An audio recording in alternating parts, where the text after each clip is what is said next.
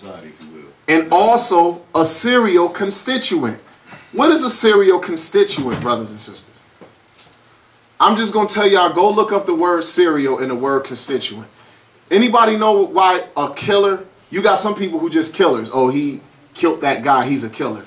But then you got some people who follow a certain pattern, and they're called what? Serial killers. Have you ever, you know what the word serial mean and why they use it to describe a certain kind of killer? Because it's a certain kind of pattern he followed.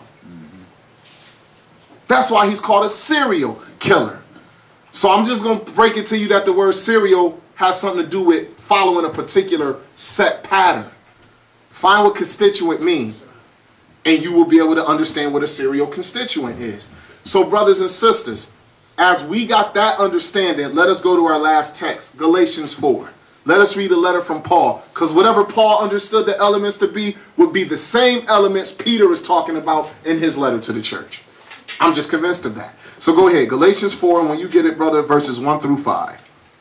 Now I say that the heir, as long as he is a child, differeth nothing from a servant, though he be Lord of all, but is under tutors and governors until the time appointed of the Father. Even so we, when we were children, were in bondage under the elements of the world. But when the fullness of the time was come, God sent forth his Son, made of a woman, made under the law, to redeem them that were under the law, that we might receive the adoption of sons. Now, brothers and sisters, when we were children, we were in bondage under the elements of the world. The principles of the world we were in bondage to.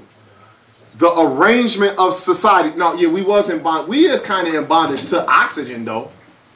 You know, if you want to go that way. I mean, we need that joint to breathe. We are in bondage to water because we got to drink it. Because our body is 70% water like the earth is. But honestly, we know that's not what this is talking about. The principles, the orderly arrangement, the serial constituent of the world is what we were under. That pattern of power that the world exhibits outside of the Most High is what we all have been in bondage to. And the result of that bondage is death. That's why he said he came to free those who all their lifetime were subject under bondage. But that bondage came by being stuck under the elements of the world. Skip verses 8 through 11 and we'll end. Howbeit then, when you knew not God, you did service unto them, which by nature are no God. That's when we were children. He said when we were children, we were under the bond. We were children when we were serving other gods, like how foolishness is bound in the heart of a child. Without Christ, all we were bound in was foolishness. And every one of us in who got baptized and repented in prayer and tried to walk a new path, we testify that we all were ignorant and foolishness was bound in us like the heart of children. Continue. But now, after that ye have known God, or rather known of God, how turn ye again to weak and beggarly elements, whereunto ye desire to begin again to be in bondage? And how do they hold us under these principles and the orderly arrangement of society? Go ahead.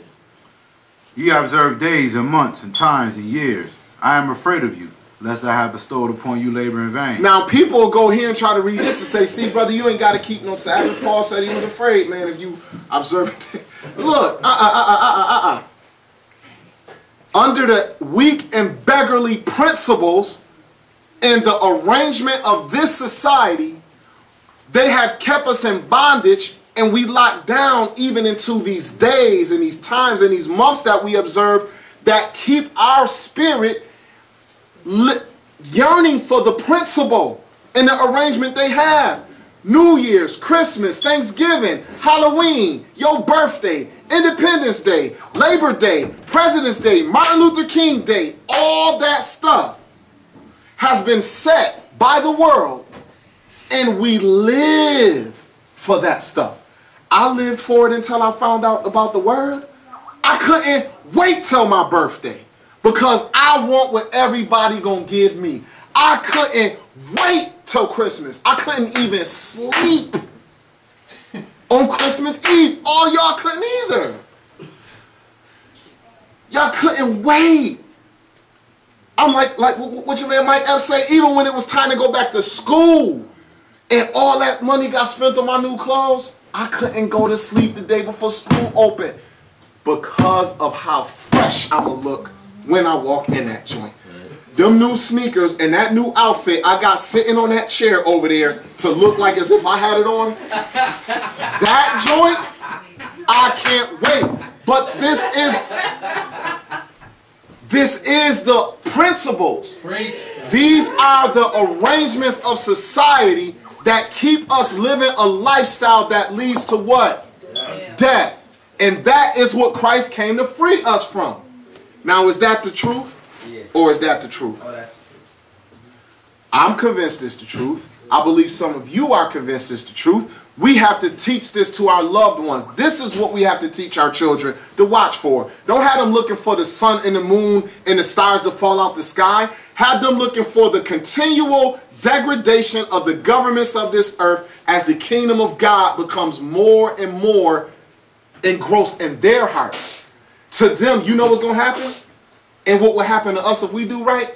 The world going to be what to us? It's going to be dead if we live in heaven.